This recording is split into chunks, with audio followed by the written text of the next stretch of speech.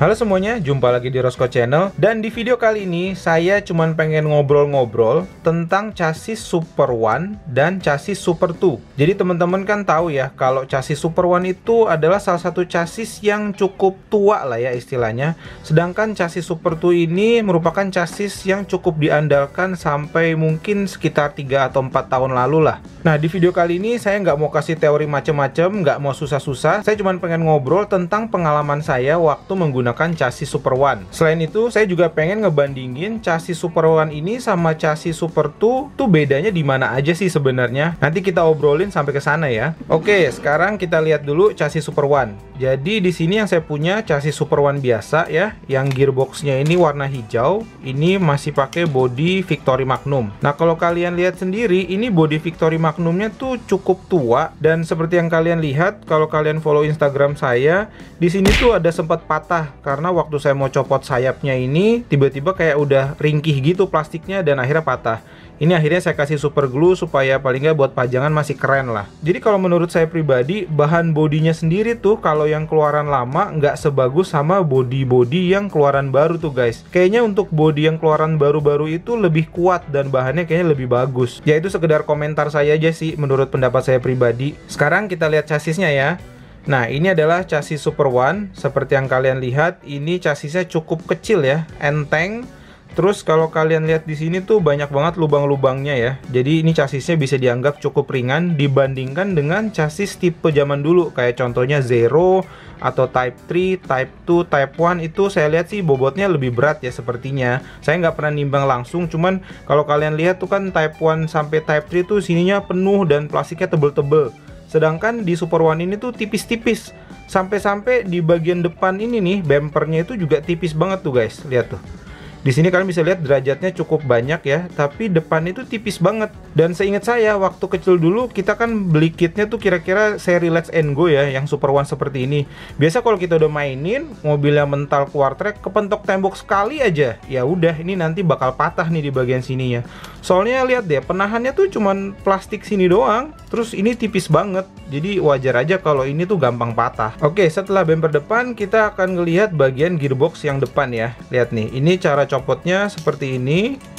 Gampang banget ya dicopot. Nah, kira-kira seperti itu. Switchnya kayak gini. Nah, kalau kita bandingkan dengan Super Two ya, ini gearboxnya Super Two. Maaf nih kalau putih jadi nggak gitu kelihatan jelas ya.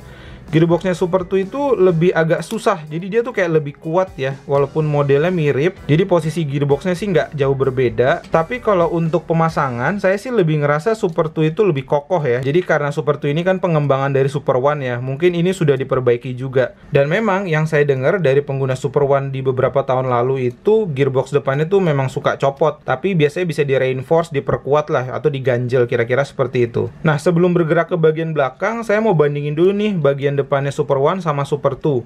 Kalian bisa lihat kalau di Super Two ini ada bagian attachment point atau buat masang bumper di sini dan sini ya, kiri dan kanan. Sedangkan di Super One tuh nggak ada. Jadi kalau mau mereinforce bagian depan tuh akan lebih ribet, apalagi mau bikin bumperless. Kalian mesti bikin lubangnya sendiri di sini. Udah gitu bagian chassisnya juga lemah mungkin ya setelah dilobangi di bagian situ. Tapi pada masa kejayaannya Super One nih, waktu Super One baru keluar, tracknya nggak banyak lompatan kayak sekarang. Jadinya lebih banyak slope naik, terus turunan, masuk bank tinggi, turunan lagi, lurusan, ya kira-kira seperti itu. Intinya belum banyak lompat-lompat seperti sekarang lah. Jadi mungkin pada waktu itu modifikasi di bagian bumper depan aja udah cukup tanpa perlu pakai underplate ya. Nah, sekarang kita akan bergerak ke bagian gearbox. Kalian bisa lihat di sini gearboxnya itu dicantolin di bagian sini nih. Nih, ini adalah penyangga bagian gearbox. Kalau kita mau copot, kita cukup tekan aja nih bagian sininya. Kalau kita pencet, nah dia langsung keluar tuh. Ya.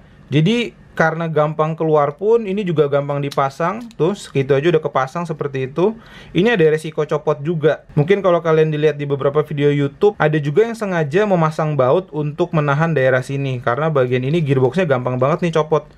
Tuh gitu aja udah bisa copot, saya cuman tekan dikit aja. Nah, hal ini juga sudah diperbaiki di chassis Super Two.